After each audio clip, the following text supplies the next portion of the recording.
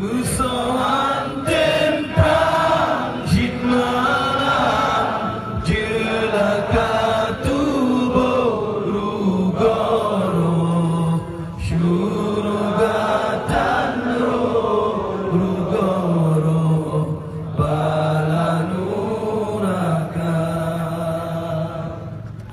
musuhnya tempang hikmah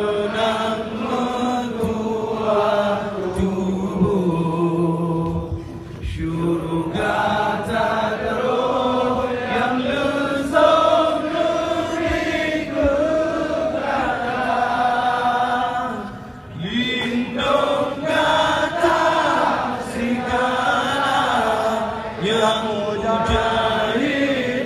mursalin jib mungkin ikutin hadis